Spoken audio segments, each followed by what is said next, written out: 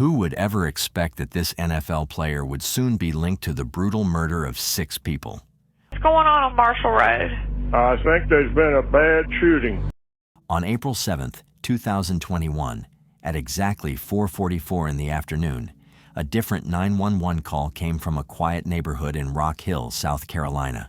The caller was 38-year-old Robert Shook, an HVAC technician who had been shot multiple times while working on an air conditioning unit behind a beautiful brick home on Marshall Road. Through labored breaths, he managed to identify his attacker, a name that would send shockwaves through a community that had once celebrated him as one of their own. That name was Phillip Adams, former NFL cornerback, local football legend, hometown hero turned mass murderer.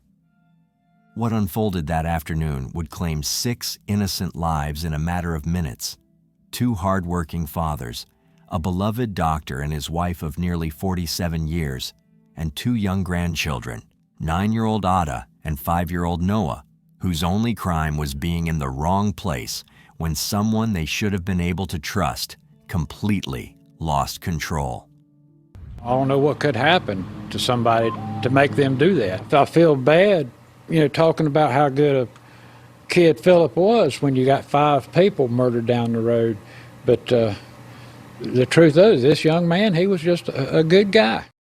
Rock Hill, South Carolina, sits just south of Charlotte, North Carolina, in York County. It's home to about 75,000 people, tree-lined streets, and a nickname that fills the community with pride: Football City, USA. The town has produced more NFL players per capita than anywhere else in the United States, somewhere between 26 and 41 athletes who made it to professional rosters, depending on which records you consult. For a city of its size, that's extraordinary, and Phillip Matthew Adams was one of them. Born on July 20th, 1988, Phillip was the youngest of 3 children. His father, Alonzo, worked as a truck driver. His mother, Phyllis, was an elementary school teacher. Friends and teachers who knew young Phillip described him as kind, fun-loving, and well-mannered. His first-grade teacher remembered him as a special kid with a good heart who got along with everybody. Phillip started playing football around age 7, and by the time he reached Rock Hill High School, he was a 2-sport athlete, excelling in both basketball and football. His classmates nicknamed him Fresh because he was always well-groomed and sharply dressed. On the basketball court, he played guard. On the football field, he was a defensive back with speed, instinct, and the kind of raw talent scouts noticed. Rock Hill High won 2 state football championships during Phillip's time there, including a Class 4A title in 2004. Phillip helped seal that championship with a fourth-quarter interception, a moment that made him a local star. By the time he graduated in 2006, he had built a reputation as a quiet, hard-working young man with a bright future ahead of him. That future led to a scholarship at South Carolina State University, where Phillip played cornerback for the Bulldogs. During his junior year in 2008, he became a standout defensive player, leading the team with 5 interceptions and 9 pass deflections. His senior season in 2009 saw him record 48 tackles and 3 interceptions, earning first-team All-Meek honors. He even scored a touchdown on a pick-6, and his performance helped the Bulldogs win a conference championship. Because of this, the scouts took notice. Phillip's lifelong dream was within reach. But late in 2009, tragedy struck the Adams family. Phillip's mother, Phyllis, was involved in a serious car accident that left her paralyzed from the chest down. The medical bills piled up. Full-time care became a necessity, money was tight, and Phillip, determined to help his family, worked even harder to make it to the NFL, because professional football wasn't just about glory anymore. It was about survival. In 2010, Phillip's dream became reality. He was selected 224th overall by the San Francisco 49ers in the 7th round of the NFL draft. He was the first Bulldog player drafted into the NFL in 9 years. Phillip played 15 games that rookie season, mostly on special teams and as a reserve defender. During preseason, he returned a punt for 83 yards, a flash of promise. But on December 26, 2010, during a kickoff, Phillip suffered a compound fracture to his ankle. Surgery followed. Screws were inserted into his leg. His season was over, and his career, though he didn't know it yet, had just taken a turn it would never recover from. By September of 2011, the 49ers released Phillip. The New England Patriots picked him up shortly after. He played in 6 games for them and logged his first NFL interception on November 21st, but a week later he was released again. The Seattle Seahawks signed him in December, and he played in the final game of their season. This became the pattern. Phillip bounced from team to team, city to city, never quite securing a permanent roster spot. In 2012, he signed with the Oakland Raiders and played in 15 games, even logging an interception against Peyton Manning. But late in the season, he hurt his groin and was placed on injury reserve, missing the final game. More troubling than the physical injuries, though, were the concussions. During the 2012 season alone, Phillip suffered 2 documented concussions in the span of 3 games. These would later prove critical to understanding what happened to him. Interception against the Raiders in 2010. Is that A long time ago. is that Coach Allen said that he's going to give you a shot there, or at least is that you looking forward to that? Is that something you'd like to do? Yeah, just looking forward to the opportunity. Happy I'm here. Just gonna go out here and play hard, and I'm just glad I'm here. Strange business, isn't it? One night you're returning kickoffs for the Seahawks against the Raiders, and then now you're here. Yeah, it is. But you just keep on playing. You keep on learning and growing as a player. Is this 4th team in 3 years? Are you getting used to this? Changing the addresses and this quick turnarounds. And I don't think it's nothing you get used to. I just think that you just keep on working. You just find a way to just keep on working, getting better as a player. And hopefully, the situation will be, a good one for you. I think this one is. You want to play Chicago? You with the 49ers all when Tarver was there? Yes. Yeah. So you have some sort of background with him? Yes, I'm familiar with Coach. Any other coaches here? Any that you played for or under? Or Coach Land, Coach Johnny Land. Okay. I had him in my rookie year. Right. In San Francisco. What besides special teams do you offer? Do you think as far as just? I'm a corner. Right. I'm a corner. I'm a nickel. I'm a special team player. So. What did you think of the Raiders in the game the other night? You got to look at them from a different angle. I thought they were a good team. I had nothing bad to say about it. So you haven't really done much punt returning since 2010, or have you I've been done punt returning in Seattle. a little bit up there this year? Yeah. What about in college? College, I did some. Okay. I did some my junior, my senior year. Comfortable back there? Some people don't like filling those punts. I like getting back there and just being by myself. In 2014, Phillip signed with the New York Jets and played 12 games, recording 24 tackles and 1 interception. The following year, he joined the Atlanta Falcons, where he played 13 games and logged 38 tackles and another interception. It would be his final season. In April of 2016, Phillip attended a workout with the Kansas City Chiefs. The Indianapolis Colts invited him to their training camp, but he missed his flight to the practice. On March 9th, 2016, at the age of 27, Phillip's NFL career was officially over. He had played in 78 games across 6 seasons, recording 128 tackles, 5 interceptions, and 15 pass deflections. And then he went home to Rock Hill. Friends said Phillip retreated to his hometown, quietly hoping another team would give him a chance. But that call never came. Instead, Phillip tried to rebuild a life outside of football, something he had never really prepared for. He volunteered with local youth football teams. He opened a smoothie shop called Fresh Life in 2019, hoping to promote healthy living in the community. Within a year, it failed. He turned his attention to agriculture, working on a small farm at his parents' property on Marshall Road. He talked about expanding it into a full-sized operation and opening a fresh produce market to serve inner-city kids. But behind the scenes, people close to Philip were noticing changes. Ashley, Philip's girlfriend of nearly a decade, had a child with him in 2014. She later said Philip was devoted as a father in those early years, helping with diapers, feedings, everything. But after their relationship ended in 2015, and especially after his NFL career collapsed, things began to shift. By 2019, Ashley said Philip had become easily irritable and harsh with his words. He started missing their son's phone calls. He wouldn't respond to texts, or he'd respond slowly. He became inconsistent about taking their son when scheduled. Ashley came to believe that Philip was purposefully distancing himself because he knew something was wrong with his brain. She described it as Jekyll and Hyde behavior. One moment he would try to reconcile. The next, he would tell her how much he hated her. Then he would apologize and promise to do anything for her and their son. It was exhausting, confusing, and it was something new. Scott Casterline, Philip's longtime agent, saw it too.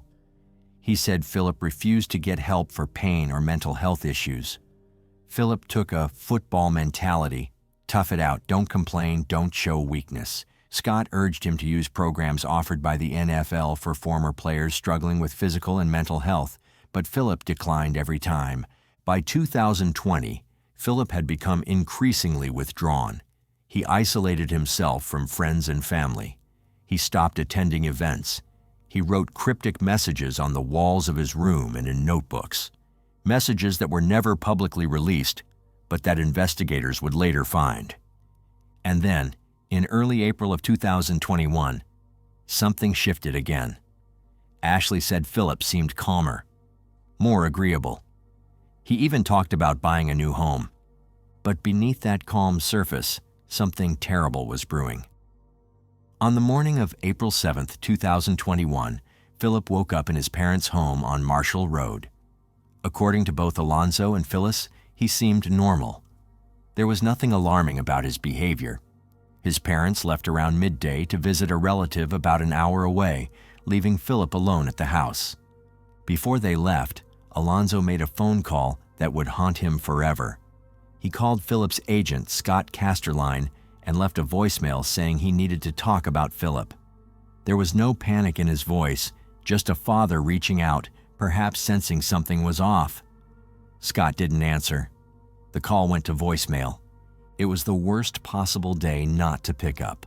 What Philip did for the next several hours isn't documented, but at around 4:30 in the afternoon, he decided it was time.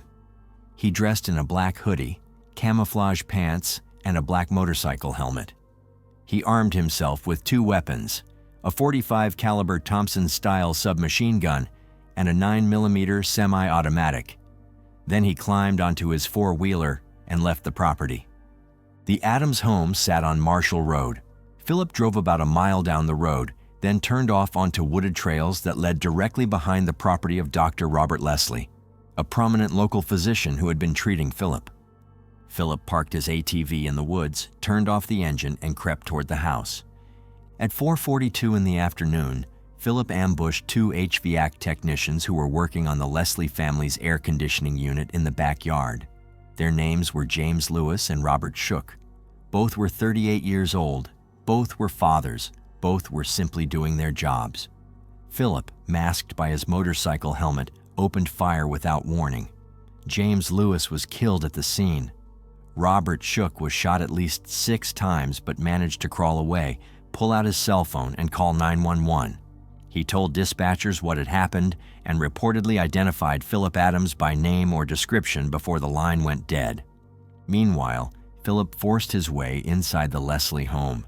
Inside were 70-year-old Dr. Robert Lesslie, his 69-year-old wife Barbara, and their 2 grandchildren, 9-year-old Ada and 5-year-old Noah. They were babysitting while the children's parents, Jeff and Katie, were out celebrating Katie's birthday. Philip cornered the family in a rear exercise room.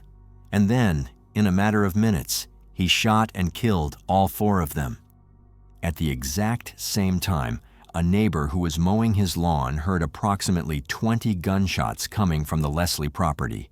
He ran over to see what was happening and saw a man dressed in dark clothing and a helmet exit the home and flee into the woods on an ATV.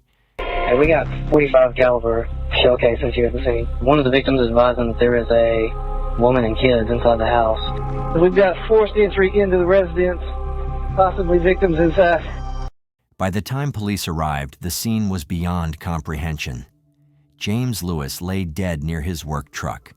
Robert Shook was critically wounded but still conscious.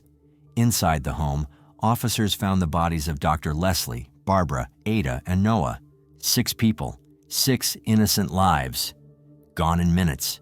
Within minutes, investigators had identified Philip Adams as the suspect. He had dropped personal items at the scene, including a tin of chewing tobacco and his cell phone. A TV tire tracks led away from the property and into the woods. Officers traced the path and realized exactly where it led, back to the Adams family home on Marshall Road. Former NFL football player Philip Adams is suspected of killing 5 people in South Carolina and then killing himself. Adams played in 78 NFL games over 5 seasons for 6 different teams. The York County Sheriff's Office says the victims include a prominent doctor, Robert Lesslie, his wife, 2 of their grandchildren, and a man who worked at their home. A 6th person was also shot and is hospitalized with what's described as serious gunshot wounds. By 5 o'clock in the afternoon, a massive manhunt was underway. Helicopters circled overhead. K-9 units and SWAT teams swept the area. Residents were told to lock their doors and stay inside. By 8:30 that evening, police had surrounded the Adams property. Philip had barricaded himself inside. For the next 6 hours, officers tried to get him to surrender peacefully. They used loudspeakers. They deployed flashbangs. They sent in a robotic camera to try to locate him. Philip never responded. At some point during the standoff, Alonzo and Phyllis Adams returned home to find their property surrounded by law enforcement. Alonzo stepped outside and was briefly handcuffed, while officers determined he wasn't involved. Both parents were escorted away from the scene. At 12:30 in the morning on April 8th, a single gunshot was heard inside the home. At 2:30 in the morning, SWAT entered the residence. They found Philip Adams deceased from a self-inflicted gunshot wound. A .45 caliber handgun lay beside him. The manhunt was over, but the questions were just beginning. Robert Shook, the HVAC technician who had been shot 6 times, held on for 3 more days. He died in the hospital on April 10th, 2021. His daughter later called him her hero, the fun-loving dad who loved life, joking around, fishing trips to the lake, and making memories with his family. Robert had worked hard to put himself through school to become a certified technician so he could provide for his wife and 3 children. Even after being shot, he found the strength to call for help. James Lewis, also 38, was a single father of 3. He centered his entire life around caring for his children and his parents. Friends described him as the type of person who would give you the shirt off his back, a gentle, good-hearted soul with an easygoing personality. James loved the outdoors, loved to laugh, and loved pranks and fishing. He was working that day to support his family. He never came home. Dr. Robert Lesslie was 70 years old and had been a well-known physician in Rock Hill for decades. He and his wife Barbara had been married for nearly 47 years. Together, they raised 4 children and were blessed with 8 grandchildren. When Dr. Lesslie wasn't caring for patients, he kept bees, played the bagpipes, wrote poetry, tended to his garden, and, most of all, spoiled his grandchildren. He was deeply devoted to his church and to helping people. He served as the camp doctor at Camp Joy, a special needs ministry where Barbara also volunteered, teaching Bible study and pouring her heart into service. Barbara Lesslie, 69, was known to her grandchildren as Nana and to others as Miss B. She was described as a bright, shining light who filled every room she entered with joy, charisma, love, and enthusiasm. Even strangers felt like friends in her presence. Family members said she could solve any problem with a hot glue gun, a Diet Coke, and a song. Her faith was central to her life, and she gave countless hours to teaching and volunteering. Ada Lesslie was 9 years old. She was a bright, kind-hearted girl who loved books and reading more than almost anything. She loved going to church, and people there described her as a precious child who loved Jesus and was always smiling. In Ada's honor, the Lesslie family helped establish a free library at their church, a tribute to her love of stories and learning. Noah Lesslie was 5 years old. He was the youngest grandchild, energetic, sweet-natured, and always ready to share his snacks with anyone around him. He loved church, and the people there loved him right back. They remembered him as a precious little boy with a big heart. In Noah's honor, the Lesslie family created Noah's Snack Shack, a small food pantry at their church to reflect his playful, generous spirit. These were not statistics, they were people. Parents, grandparents, children, workers, neighbors, friends. Lives full of love, purpose, and potential, stolen in an act of violence that no amount of explanation can ever justify. In the months following the massacre, questions swirled. Why did Phillip Adams do this? Why target Dr. Lesslie? Why kill innocent children? Investigators revealed that Phillip had been a patient of Dr. Leslie's, though the exact nature of their medical relationship was never fully disclosed. Some reports suggested that Dr. Lesslie had recently stopped prescribing Phillip a particular medication, possibly amphetamines or pain management drugs, but this was never confirmed as a direct motive. In December of 2021, neuropathologists at Boston University conducted an autopsy of Phillip Adams's brain. What they found was both significant and deeply unsettling. Phillip had an unusually severe case of Stage 2 chronic traumatic encephalopathy, CTE. This is a degenerative brain disorder caused by repetitive head trauma. It's been found in the brains of former football players, boxers, and others who have experienced repeated concussions. Symptoms can include impulsivity, mood swings, aggression, paranoia, and difficulty controlling violent impulses. An autopsy on a former NFL player who shot and killed 6 people in April reveals he had an unusually severe form of brain disease. The condition of Phillip Adams was revealed yesterday. Researchers say his football injuries contributed to their diagnosis of Stage 2 CTE. The NFL has not responded to their conclusion. Nikki Batiste spoke with the doctor who led that study to find out how the football player's illness may have led him to those killings in South Carolina. As mentioned earlier, Phillip had suffered multiple documented concussions during his NFL career, including 2 major ones in 2012. The findings suggested that his brain had been deteriorating for years, long before anyone on the outside could see it. But here's what must be said clearly. CTE does not excuse what Phillip Adams did. Thousands of former athletes live with CTE. Thousands struggle with pain, depression, and cognitive decline. And the vast, overwhelming majority of them do not hurt anyone. They seek help. They lean on family. They fight through it. Phillip Adams made a choice. He armed himself. He drove to a family's home. He ambushed 2 men. He forced his way inside, and he murdered a beloved doctor, his wife, and their 2 young grandchildren. CTE may help explain the deterioration of his mind, but it does not justify his actions, and it certainly does not erase the lives he took. The Rock Hill community was shattered. Vigils were held, flowers, candles, and photographs piled up outside the Lesslie home. The story made national headlines, but it faded quickly, perhaps because the shooter was already dead, or perhaps because the uncomfortable truth about brain injuries in sports didn't fit neatly into a headline. The Lesslie family released a public statement asking for privacy and thanking the community for their overwhelming support. They said their faith would sustain them through the unimaginable grief. They said they forgave. But that forgiveness didn't erase the pain.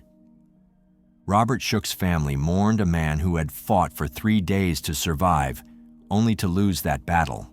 James Lewis's children lost their father, and 2 families lost their providers, their protectors, their heroes. Alonzo and Phyllis Adams, Philip's parents, were left to grieve not only the son they raised, but also the 6 people he murdered. Alonzo's voicemail to Scott Casterline, the one he left just hours before the massacre, remains a haunting reminder of a father who sensed something was wrong but didn't know how to stop it. There were no arrests, no trial, no courtroom where the families could face their loved one's killer and demand answers. And subscribe for more deep dives. Thank you once again for watching.